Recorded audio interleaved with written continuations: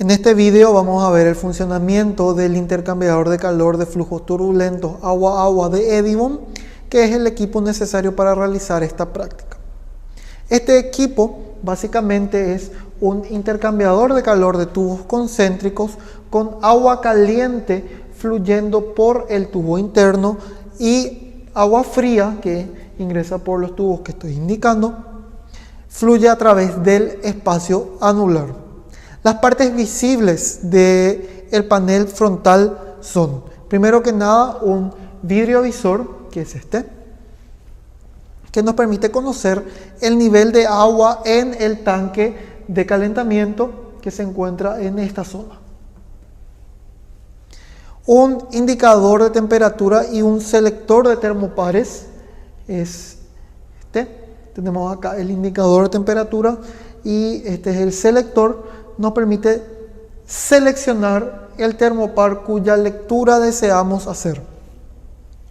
Luego tenemos un control del calentador. Girando esta perilla vamos a suministrar mayor o menor potencia a las resistencias insertas en el tanque de calentamiento.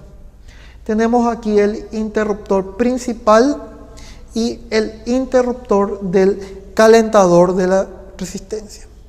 Tenemos luego un flujómetro de alta y un flujómetro de baja. Vamos a utilizar el flujómetro de alta cuando trabajamos con caudales elevados y un flujómetro de baja cuando trabajamos con caudales bajos. Tenemos también válvulas de control tanto de flujo alto como de flujo bajo, que son estas dos. Esta es la válvula de control de flujo alto y la válvula de control de flujo bajo. Luego tenemos al intercambiador de calor propiamente dicho. Luego tenemos aquí arriba un juego de válvulas de 3 vías. Y por último tenemos un flujómetro de agua de enfriamiento con su correspondiente válvula de control de flujo. Sabemos que los termopares registran la temperatura de la masa interior tanto a la entrada como a la salida del agua caliente, asimismo a la entrada como a la salida del agua fría, y la temperatura de la pared en cada extremo de la superficie de transferencia de calor. Entonces, si retiramos la espuma que forma parte del aislamiento térmico, podemos ver el intercambiador de calor, que es este tubo de cobre, y vamos a también poder visualizar los sitios en donde están insertos los termopares. Por ejemplo, acá tenemos el termopar 3, que registra la temperatura de entrada del agua caliente. Acá tenemos el termopar número 6, que registra la temperatura de salida del agua caliente. Así pues, T3, T4, T5 y T6 miden las temperaturas del agua que fluye por el tubo interno, estando T3 aquí, T4 aquí, T5 y T6. T7, T8, T9 y T10 miden las temperaturas del agua que fluye por el tubo exterior. La temperatura de la pared es determinada con los termopares T1 y T2. Vamos a analizar un poco el circuito del agua caliente. El agua caliente procedente de este tanque que se encuentra en la parte posterior a este panel, equipado con un calentador tipo resistencia eléctrica, es bombeada con una bomba centrífuga que se encuentra en la base detrás del panel, dentro del extremo del tubo central, aquí, mediante una bomba centrífuga que ya les indiqué en dónde está. El agua fría fluye tanto en contra como en cocorriente previo paso por un juego de válvulas de 3 vías que al cambiar su sentido cambia también el sentido de flujo. Entonces, nos fijamos que ahora ambas válvulas están en la disposición contracorriente. Para que el equipo opere en la disposición cocorriente, no queda más que cambiar el sentido a ambas válvulas para que éste fluya en cocorriente. ¿Cuál es el procedimiento operativo? Primero ajustamos las válvulas de control de flujo de agua de enfriamiento para un flujo en contracorriente. Colocamos esto entonces para este lado. Verificamos que el tanque de calentamiento tenga un nivel mínimo de agua indicado por este letrero. Si el nivel no es adecuado, se deberá cargar agua destilada con ayuda de un embudo que va a estar disponible para realizar la práctica en un orificio en la parte superior del equipo. Vamos a cerrar la válvula de control de flujo bajo, o sea, esta válvula. Cerramos totalmente y abrir completamente la válvula de control de flujo alto. Una vez abierta la válvula de control de flujo alto, se encienden las fuentes de abastecimiento y el calentador. O sea, encendemos el abastecimiento eléctrico, con eso se inicia el funcionamiento de la bomba y luego encendemos la resistencia eléctrica.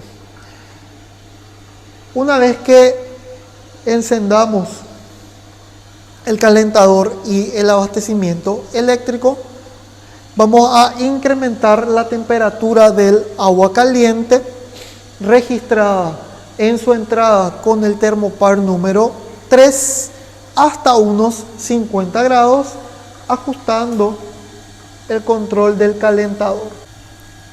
Luego lo que haremos es ajustar el flujo de agua fría hasta alcanzar condiciones estables.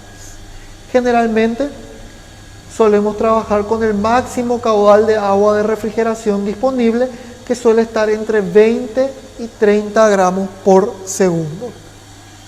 Como podemos ver, la temperatura de entrada del agua caliente comienza a incrementarse, puesto que he colocado el control del calefactor al máximo.